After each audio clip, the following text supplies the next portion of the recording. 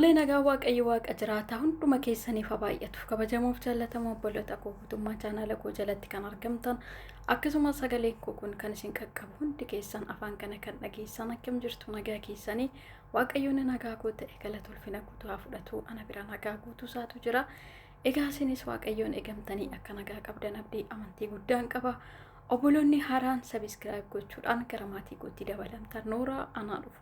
Baay'een isin jaalladha isin kabate eebbifama akkasuma koomentii sheer gochuudhaan ergaa adda addaa naa barreessuudhaan na jajjabeessaa kan jirtan hunduma keessaan waaqayyo guddaa godhe isin haa eebbisu. Baay'een isin jaalladha kabajamaa eebbifamaa isiniin jechuu jaalladha. Akkasuma immoo warroonni maatii koo hin taane hadaraa natti goraa maatii koo ta'aa isiniin jechuu jaalladha. Egaa isin jalaa baduuf immoo dhiifama yeroo darbee viidiyoo dhimma gaa'ilaatiin wal qabatee gorsa gaggabaabaa tokko isinii kenneen ture. Baay'een keessanillee egaa dhaggeeffattanii waa irraa akka hubattan abdiif amantii guddaan qaba. Har'as dhimma gaa'ilaa wal qabatee ergaa gabaabduu keessa koo jiru tokko irratti dubbachuun barbaada. Innis maalidha? Diigaa gaa'ilaa fi gaaga'ama inni dhaloota irraan ga'u waan jedhu irratti dubbadha.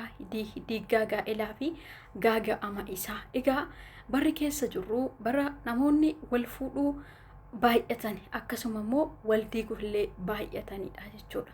Namni wal fuudhu guyyaa guyyaatti baay'ata akkasuma namoonni wal diiganillee guyyaa guyyaatti kan itti baay'atudha jechuudha.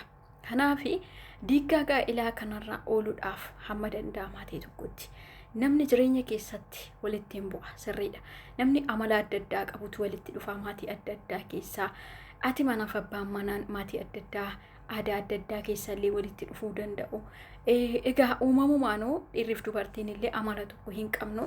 Sababa kanarraa kan ka'e yeroo namni walitti bu'u yeroo namni yaadaan wal jala darbu jiraachuu danda'a. Egaa yaada wal jala darbuu sana keessa immoo akkamitti gaa'ila keenya kana rakkinni gaa'ila kamiyyuu yookiin nama kamirraayyuu hin gaa erga ta'e akkam taanetu gaa'ila keenya akka nagaa yookiin ammoo akka inni nama hin miinetti teenyee mari'annee hiikuu dandeenya waan jedhuuf gabaabduu isheetti egaa rakkina jiruu fi xiqqoo ishee furmaata jedhee hamma hubadhe tokkorraa waan naa galee tokko isinii qooduu barbaadetanii. Egaa torbee kana haadholiin lama sababa diigaa gaa'ilaatitti lubbuun isaanii akka darbe qabatamaadhaan kan dhageenyedha jechuudha.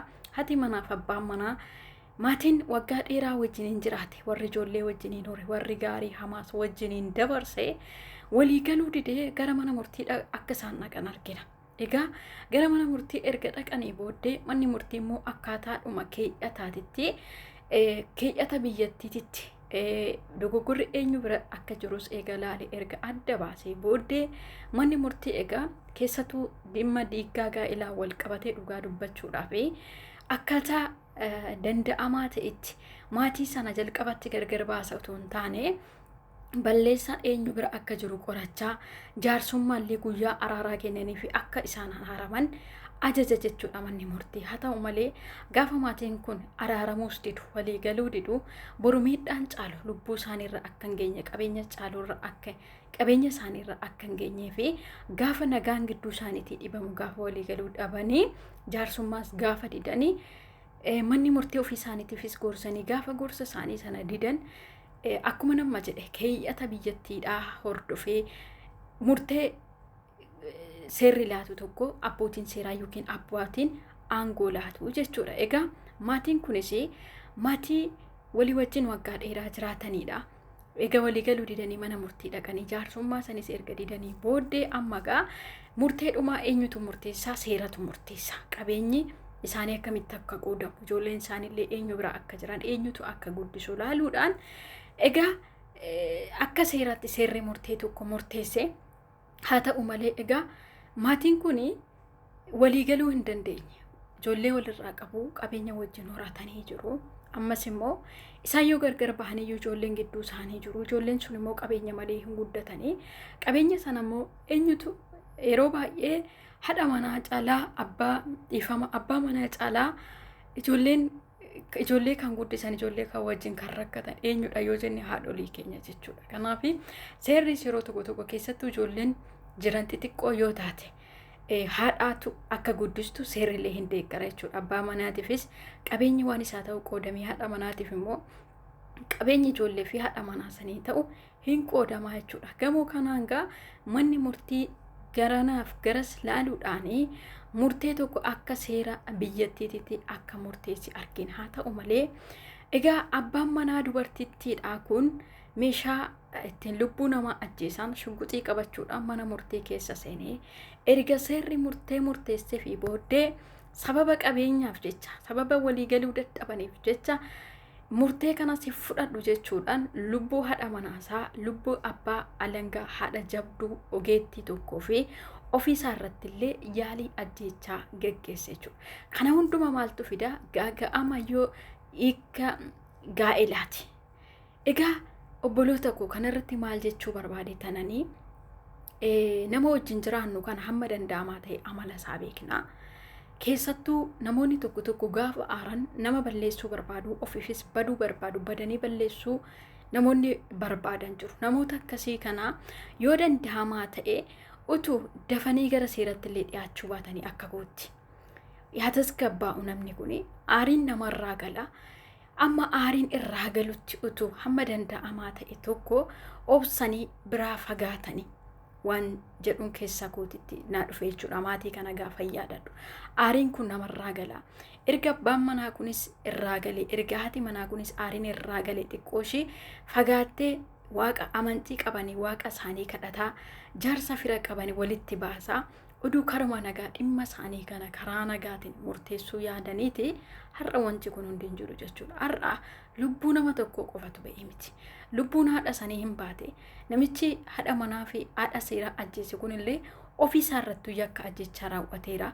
Namichi kun yoo du'e ennoo du'eera hin duune yoo ta'e waggaan dheeraan itti faradameetu mana murtii gala jechuudha. Ijoolleen isaanii kun haadhas abbaa malees hafanii jechuudha. Tarii jarri kun qabeenya barbaachaaf jecha waliin mormiidhaaf jecha lubbuu ofii isaanis dhabanii ijoollee isaanillee dhaban. Waan akkanaa waaqayyo sinaa oolchu. Gaa'ela keessaa rakkinni jira, lolli gurguddaan jira, garuu tooftaa itti lola sana hiikkataniin baru waaqa ofii kadhachuu amantii kamuu haa ta'u gaa'ela waaqatu namaa laata. Waaqa gaa'ela sana namaa laate kadhachuudhaan dhimma ofii yookiin rakkina gidduu ofitti uumame sana oduu tasgabbaa'anii. Haa ta'u malee tarii haati kun maatii qabaachuu baachuu dandeessi. Maatiin ishee harka qalleeyyii ta'uu danda'a. Ijoollee sana har'uma waan ittiin bulchitu dhabuu dandeessi. Dhugaadha naa gala jechuudha. Garuu hamma danda'amaa ta'e tokko oduu tasgabbaa'anii erga yeroo walii kennanii booddee qabeenya kana dhumarra utuu walii qoodanii keessattuu namoonni amala ariifannaa akkasii qabaniif jechuu barbaadetanii. Kanaaf egaa obboloota koo barri keessa jirru bara hamaadha. Bara hamaa keessaa bara hamaadha. Kanaaf hamma danda'amaa ta'etti obboloonni boru gaa'ela ijaartanis waaqayyo gaa'ela gaarii isiniif halaatu. Warri har'a gaa'ela ijaartanii jirtan immoo gaa'ela keessa rakkinni jira, gidiraan jira. Haa ta'u malee rakkina ofii rakkina mana ofii waaqatti matanii waaqa wajjiniin mari'atanii namni sun keessattuu akka nama jedhe akka abbaa kana nama lubbuu namaa balleessuuf ariifatu nama meeshaalee adda addaa qabatu taananii nama kanarraa yeroodhaan fagaachuu ijoolleellee itti dhiisanii fagaachuu dhugaadha. Oduu haati kun ijoollee itti dhiistee fagaattee gagaraan haadhaa beektu haadholiin keenya ijoollee isaanii egaa dirqama duuti gargar irraa baasa malee haadha gatanii ijoollee gatanii deemuu hin barbaadan. Oduu ijoolleellee itti gattee ofisheef qofa yeroodhaaf jalaa dhokattee tarii abbaan kunillee tasgabbaa'ee ijoollee kana wajjinillee rakkatee waan haati manaa sun isaa gootu ijoollee kanaa gootu erga beekee araaramuu danda'a. Kanaaf diiggaa gaa'elaatiif manni murtii furmaatan ta'u.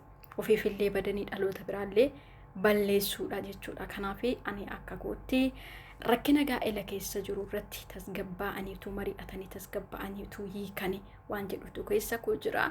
Kanaaf waaqayyo immoo hamaa akkasiirraa nu haa eegu hunduma keenya. Egaa ammas immoo gorsaa fi ergaawwan akka kanaa ittiin ufufiyyoo jettan yaadaaf koomentii keessaniin egaa na hubachiisuu hin dandeessu. Dogoggora jiruuf na hubbalcha. Baay'een isin jaalladha. Eebbifamaa.